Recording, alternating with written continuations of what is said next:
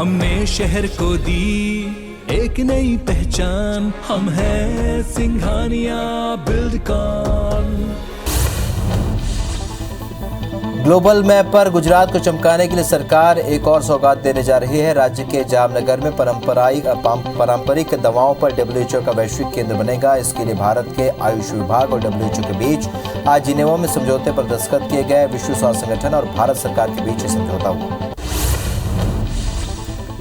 प्रधानमंत्री नरेंद्र मोदी ने WHO और भारत सरकार के बीच हुए होस्ट कंट्री एग्रीमेंट का स्वागत किया है। उन्होंने कहा कि उम्मीद है कि गुजरात में बन रहा WHO का नया वैश्विक केंद्र दुनिया को बेहतर और किफायती चिकित्सा समाधान मुहैया कराने में मददगार हो। प्रधानमंत्री नरेंद्र मोदी 30 मार्च को 7 देशों के बिम्स्टेक समूह के शिखर सम्मेलन में शामिल होंगे। डिजिटल माध्यम से आयोजित होने वाले इस सम्मेलन में समूह के सदस्य देशों के बीच आर्थिक सहयोग को विस्तार देने पर चर्चा होने की उम्मीद है। इस बार श्रीलंका के अध्यक्ष के रूप में आर्थिक सहयोग पहल सम्मेलन की मेजबानी करेगा। पेट्रोल डीजल की कीमतों में पिछले 5 दिनों में चौथी बार बढ़ोतरी की गई है। आज भी तेल कंपनियों ने पेट्रोल और डीजल के दामों में 80-80 पैसे बढ़ा दिए हैं। अब दिल्ली में पेट्रोल 98 रुपये 61 पैसे प्रति लीटर और डीजल 89 रुपये 87 पैसे प्रति लीटर हो गया है। इससे पहले 22, 23 और 24 मार्च को 80-80 पैसे की बढ़ोतरी हुई थी। 5 राज्यों में चुनाव खत्म होते ही तेल के दाम बढ़ने का सिलसिला शुरू हो गया था। 137 दिनों तक तेल की कीमतें स्थिर थी। मध्य प्रदेश में पेट्रोल डीजल की कीमतें एक बार फिर बढ़ गई हैं। 11 दिन में दाम 2.5 से 3 रुपये प्रति लीटर बढ़ गया है और राजधानी में पेट्रोल 2 रुपये 96 पैसे, डीजल 2 रुपये 80 पैसे महंगा हो गया है। इंदौर, जबलपुर और ग्वालियर में भी कीमतें बढ़ी हैं। प्रदेश में सबसे महंगा पेट्रोल डीजल अनूपपुर में मिल रहा है। यहाँ 1 लीटर पेट्रोल 113 रुपये 11 पैसे और डीजल की कीमत 96 रुपये 34 पैसे प्रति लीटर हो गई। देश में 5 दिनों में चौथी बार पेट्रोल डीजल के दामों में बढ़ोतरी हुई है। छत्तीसगढ़ के प्रमुख शहरों में पेट्रोल डीजल की मौजूदा दर की बात करें तो रायपुर में पेट्रोल 104 रुपये 40 पैसे और डीजल 95 रुपये 68 पैसे प्रति लीटर बिक रहा है। बिलासपुर में भी पेट्रोल 105 रुपये 12 पैसे और डीजल 96 रुपये 40 पैसे प्रति लीटर बिक रहा है। कांग्रेस के वरिष्ठ नेता राहुल गांधी ने केंद्र सरकार पर हमला बोलते हुए ट्वीट किया है। उन्होंने लिखा, राजा करे महल की तैयारी, प्रजा बेचारी महंगाई की मारी। उन्होंने इस ट्वीट के साथ ही कुछ खबरों के स्क्रीनशॉट भी शेयर किए हैं जिसमें पेट्रोल डीजल के बढ़े हुए दाम, LPG के बढ़े हुए दामों का जिक्र है। उत्तर प्रदेश के सीएम योगी आदित्यनाथ ने शनिवार को औपचारिक बैठक के बाद प्रेस वार्ता की। इस दौरान उन्होंने राशन की योजना पर बड़ा ऐलान किया है। सीएम योगी ने कहा कि फ्री राशन की योजना अगले 3 महीने तक जारी रहेगी। उन्होंने कहा कि 15 करोड़ लोगों को फ्री राशन का लाभ मिलता रहेगा। सपा के नवनिर्वाचित विधायकों की पहली बैठक हुई जिसमें अखिलेश यादव को विपक्ष का नेता चुना गया। इस बैठक में सपा के कई कार्यकर्ता नवनिर्वाचित विधायक मौजूद रहे। बताया जा रहा है कि इस बैठक में अखिलेश के चाचा शिवपाल यादव शामिल नहीं हुए। पश्चिम बंगाल के बीरभूम में अभी भी तनाव का माहौल है। इसी के चलते इलाके में बड़ी संख्या में सुरक्षा बल तैनात है। बता दें कि बीरभूम के रामपुर हाट में TMC के नेता की हत्या के बाद कथित रूप से भीड़ द्वारा घरों में आग लगाने से 8 लोगों की मृत्यु हो गई थी। पश्चिम बंगाल के बीरभूम में हिंसा के मामले की जांच के लिए CBI की फोरेंसिक टीम रामपुर हाट पहुंची और इस दौरान उन्होंने घटना की जांच के लिए साक्ष्य जुटाए। बता दें कि बीरभूम हिंसा मामले में एक परिवार के कई लोगों को जिंदा जला दिया गया था। मामले में कोलकाता हाईकोर्ट ने भी ममता सरकार पर नाराजगी जाहिर की थी। पंजाब के मुख्यमंत्री भगवंत मान ने कहा है कि अब विधायकों को एक ही टर्म की पेंशन मिलेगी, चाहे उन्होंने कितनी भी बार चुनाव जीता हो। मान ने कहा कि विधायक सेवा के नाम पर राजनीति में आते हैं तो फिर लाखों की पेंशन देना जायज़ नहीं है। पंजाब में कई विधायक 3.25 लाख रुपए तक का पेंशन ले रहे हैं। नए नियम से उन्हें 75,000 रुपये ही मिलेंगे। अनिल अंबानी ने शुक्रवार रात रिलायंस पावर और रिलायंस इंफ्रास्ट्रक्चर के डायरेक्टर का पद छोड़ दिया। सेबी ने उन्हें किसी भी लिस्टेड कंपनी से दूर रहने को कहा है। BSE फाइलिंग में रिलायंस पावर ने कहा कि अनिल धीरूभाई अंबानी रिलायंस पावर के बोर्ड से अलग हो गए हैं और ये सेबी के अंतरिम आदेश के आधार पर लिया गया है। पिछली कमियों से सबक लेते हुए भारत के वैज्ञानिक चंद्रयान 3 मिशन में जी जान से जुट गए हैं। इसरो के पूर्व चेयरमैन डॉक्टर के सिवन का कहना है कि चंद्रयान 3 के लिए काम तेजी से चल रहा है, जल्दी इसकी लॉन्चिंग की जाएगी। उन्होंने ये भी कहा कि इस बार हमें अपनी मिशन में सफलता जरूर मिलेगी। 65 दिन तक चलने वाले आईपीएल की आज से शुरुआत होगी। पहला मैच वानखेड़े स्टेडियम में शाम को 7:30 बजे चेन्नई और कोलकाता के बीच होगा और एमएस धोनी अब सीएसके के कप्तान नहीं है, इसलिए मैच सर जडेजा की कैप्टेंसी में पहला टेस्ट होगा। केकेआर भी नए कप्तान श्रेयस अय्यर के साथ मैदान में उतरेगी। केकेआर ने 40 में से 10 बार अपना पहला मैच जीता है। भारतीय विमानपत्तन प्राधिकरण ने अंतर्राष्ट्रीय उड़ानों के लिए अपने संशोधित दिशा निर्देशों में कहा है कि एयरलाइंस को अब सामाजिक दूरी बनाए रखने, फ्लाइट में 3 सीटों को खाली करने की आवश्यकता नहीं होगी। इसे समाप्त कर दिया गया है। साथ ही चालक दल के सदस्यों के लिए अब कॉकपिट की आवश्यकता भी नहीं है, वो बिना इसके भी काम कर सकते हैं। देश में जानलेवा कोरोना वायरस महामारी के नए मामलों में आज मामूली गिरावट दर्ज की गई है। देश में पिछले 24 घंटे में कोरोना वायरस के 1660 नए केस सामने आए हैं। कल कोरोना के 1660 नए केस आए थे और 83 लोगों की मौत हुई थी। देश में एक्टिव मामलों की संख्या घटकर अब 16,741 हो गई है। वहीं इस महामारी ने जान गंवाने वालों की संख्या बढ़कर 5,20,855 हो गई। राष्ट्रव्यापी टीकाकरण मुहिम के तहत अभी तक कोरोना वायरस रोधी टीकों की 182 करोड़ से भी ज्यादा खुराक दी जा चुकी है। कल 29,07,749 डोज दी गई। केंद्रीय स्वास्थ्य मंत्रालय के मुताबिक स्वास्थ्य कर्मियों, कोरोना योद्धाओं और 60 साल से अधिक उम्र वाले लोगों को 2 करोड़ से भी ज्यादा एहतियाती टीके लगाए गए। केंद्रीय स्वास्थ्य मंत्री मनसुख मंडाविया ने कहा है कि अब तक 12 से 14 आयु वर्ग के 1 करोड़ से अधिक बच्चों को कोविड-19 रोधी टीके की पहली खुराक दी जा चुकी है। इस आयु वर्ग के लाभार्थियों का टीकाकरण 16 मार्च को शुरू हुआ था। इन्हें कॉर्बेवैक्स टीका लगाया जा रहा है, जिसकी 2 खुराक 28 दिनों के अंतराल में दी जानी।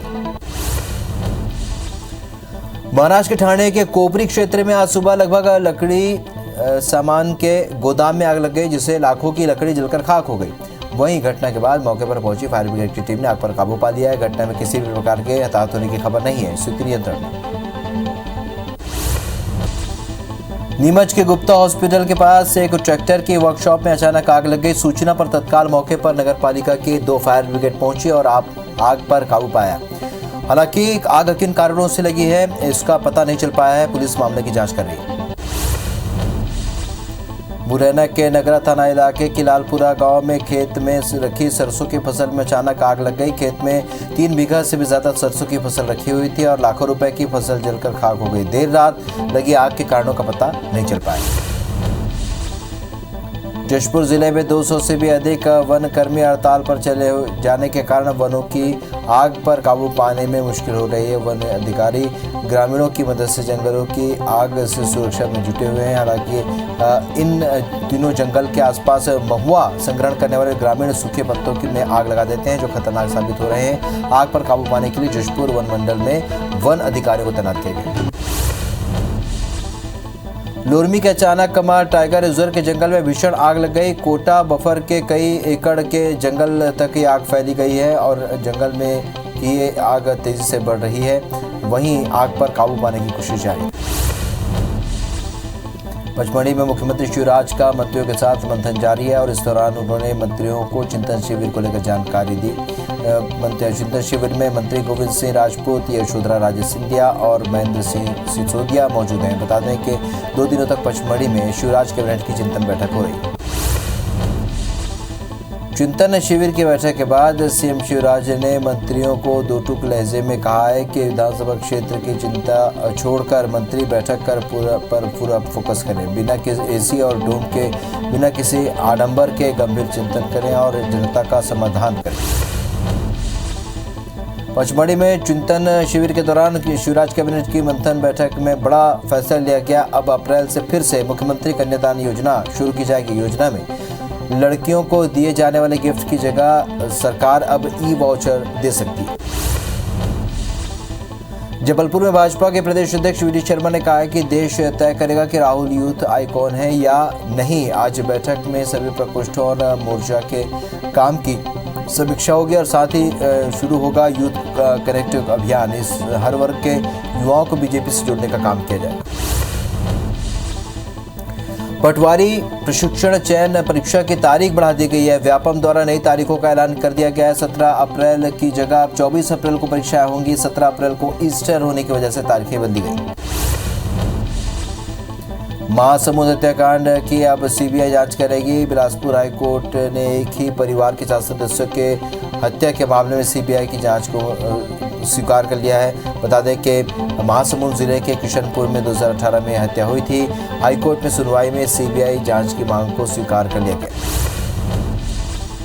पेंड्रा में सीएम भूपेश के निर्देश के बाद लगातार रेत अवैध उत्खनन पर कार्रवाई की जा रही है और इसी कड़ी में पेंड्रा के सोन नदी में उत्खनन के खिलाफ प्रशासन ने कार्रवाई की है, जिसमें दर्जन भर से भी अधिक ट्रैक्टर पकड़े गए।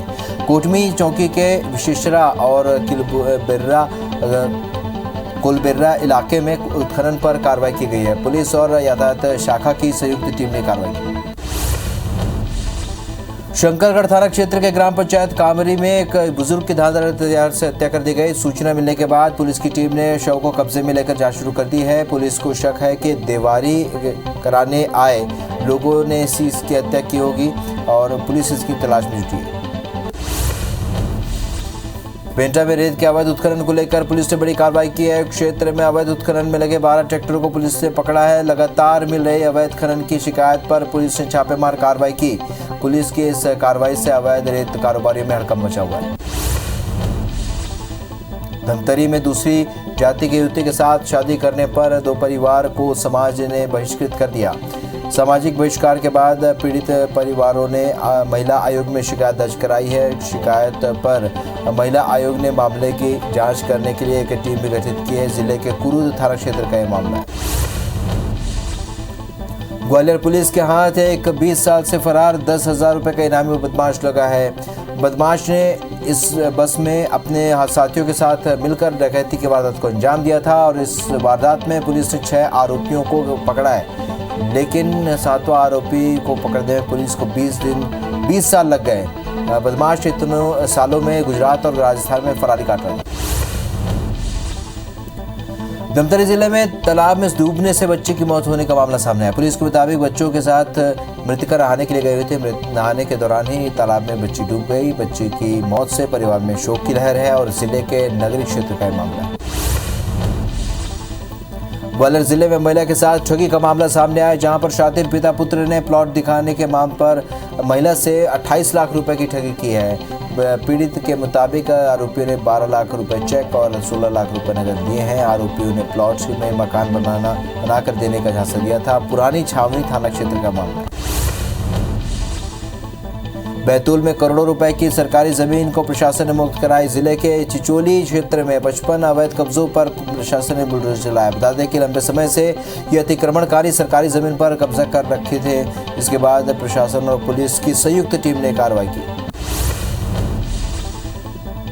मीडिया और संचार के क्षेत्र में उत्कृष्ट कार्य करने के लिए प्रोफेसर पुष्पेंद्र पाल सिंह को ग्लोबल मीडिया एजुकेशन काउंसिलिंग ने प्रख्यात मीडिया शिक्षक पुरस्कार से सम्मानित किया।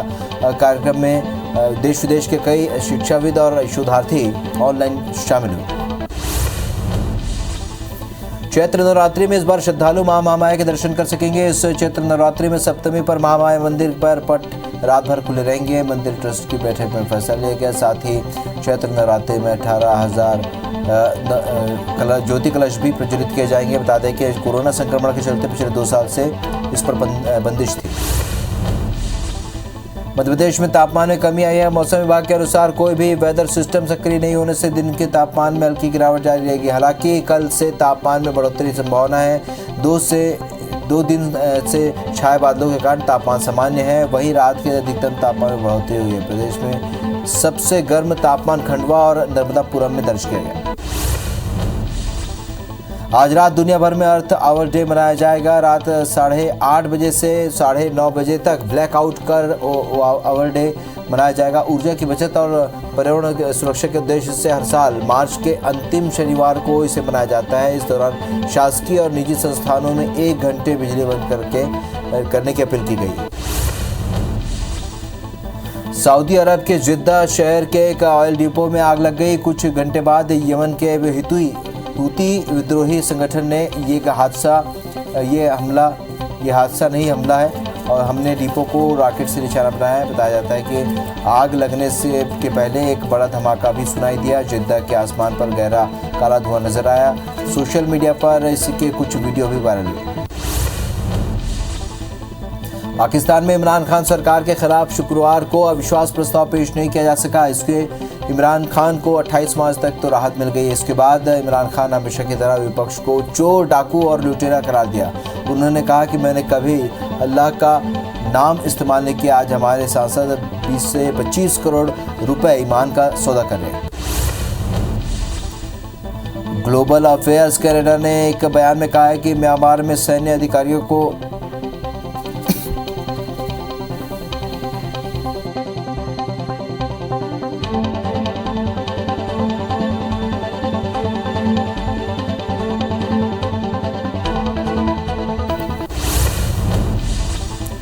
यूक्रेन के राष्ट्रपति ज़ेलेंस्की ने रूस से युद्ध को समाप्त करने के लिए फिर से बातचीत करने की अपील की है। उन्होंने ये भी कहा है कि यूक्रेन शांति के लिए अपने किसी भी क्षेत्र को छोड़ने के लिए सहमत नहीं होगा।